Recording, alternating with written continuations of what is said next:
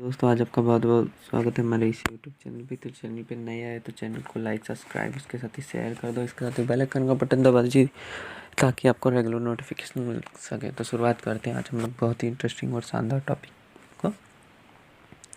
राजा किसान और नगर आरंभिक कर राज्य और अर्थव्यवस्था लगभग 600 ईसा पूर्व से 600 ईस्वी तक जेम्स प्रिंसेप के द्वारा 1830 के दशक में ब्राह्मी और खैराष्टी लिपि का अर्थ निकाला गया, जिनसे राजा अशोक के अभिलेखों और सिक्कों का पता चला।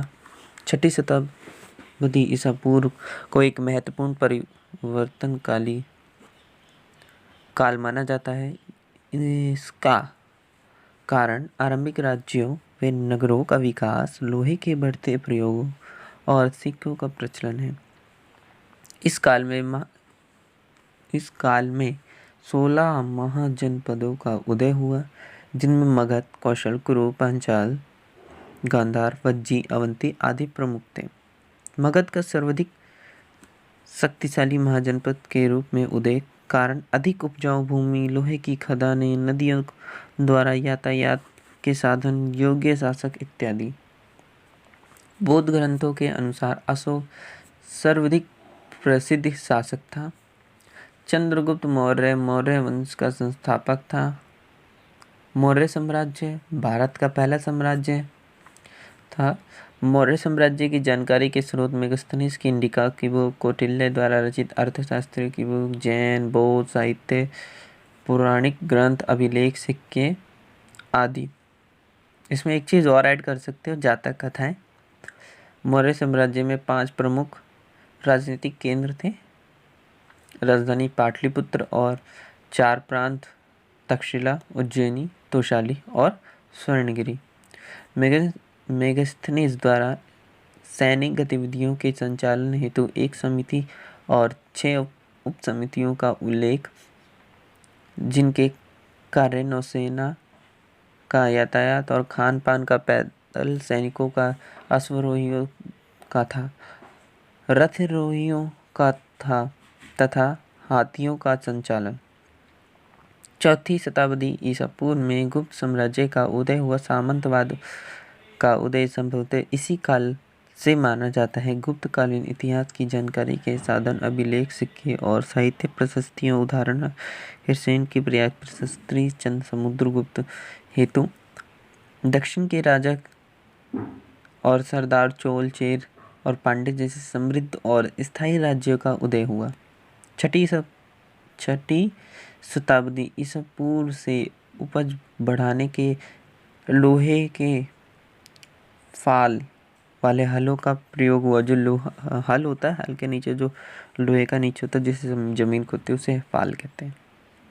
6ठी शताब्दी ईसा पूर्व से 6ठी शताब्दी के काल के व्यापार के लिए सिक्कों के प्रचलन से विनिमय आसान हो गया। उच्च स्थिति प्राप्त करने के लिए राजाओं द्वारा देवी देवताओं के साथ जुड़ना। 2य शताब्दी के कई नगरों से छोटे धनात्मक अभिलेखों के विभिन्न व्यवसायों की जानकारी, जैसे धोबी, बुनकर, लिपाई मतलब लिपिक, बढ़ाई, कुम्हार जो मटके उटके बनाते हैं, स्वर्णकार, लोहाकार, धार्मिक गुरु, व्यापारी आदि की हमें जानकारी मिलती है। उत्पादों और व्यापारियों की संघ श्रेणी का उल्लेख मिलता है। श्रेणियाँ संभवतः सबसे पहले कच्चे माल को खरीदती थी, फिर उनसे सामान तैयार कर बाजार में बेच देती थी। 6ठी शताब्दी ईसा पूर्व में उपमहाद्वीप में नदी मार्गों और भूमार्गों का जाल कई दिशाओं में फैला। अरब सागर से उत्तर अफ्रीका, पश्चिमी एशिया और बंगाल की खाड़ी से चीन और दक्षिण पूर्व एशिया तक। गुप्त काल के अंतिम समय सिक्कों में कमी आर्थिक गिरावट की ओर इशारा करती हैं। अभिलेख साक्ष्य इतिहास के प्रमुख स्रोत। अभिलेख शास्त्रियों द्वारा अभिलेखों के अध्ययन से बीते काल की भाषा, राजा का नाम, तिथि, संदेश आदि की महत्वपूर्ण जानकारी प्राप्त। अभिलेख साक्ष्यों की सीमाएं। अक्षरों का हल्के ढंग से उत्कीर्ण होना। अभिलेखों के टूट जाने से अक्षरों का लुप्त हो जाना, वास्तविक अर्थ ना निकल पाना, भाषा समझ ना पाना, दैनिक प्रक्रियाओं व रोजमर्रा की जिंदगी के सुख दुख का उल्लेख अभिलेखों में ना मिलना, प्रशस्त्र मूर्तियाँ, साहित्य, मौर्यकालीन समस्त पुरातत्व एक अद्भुत कला के प्रमाण थे जो मौर्य साम्राज्य की पहचान माने जाते हैं। कुषाण शासकों ने स्वयं को देवतुल्य प्रस्तुत किया। उन्होंने अपने नाम के आगे देवपुत्र उपाधि भी धारण की। संभवतः वे चीन के शासकों से प्रेरित थे जो स्वयं को स्वर्गपुत्र कहते थे।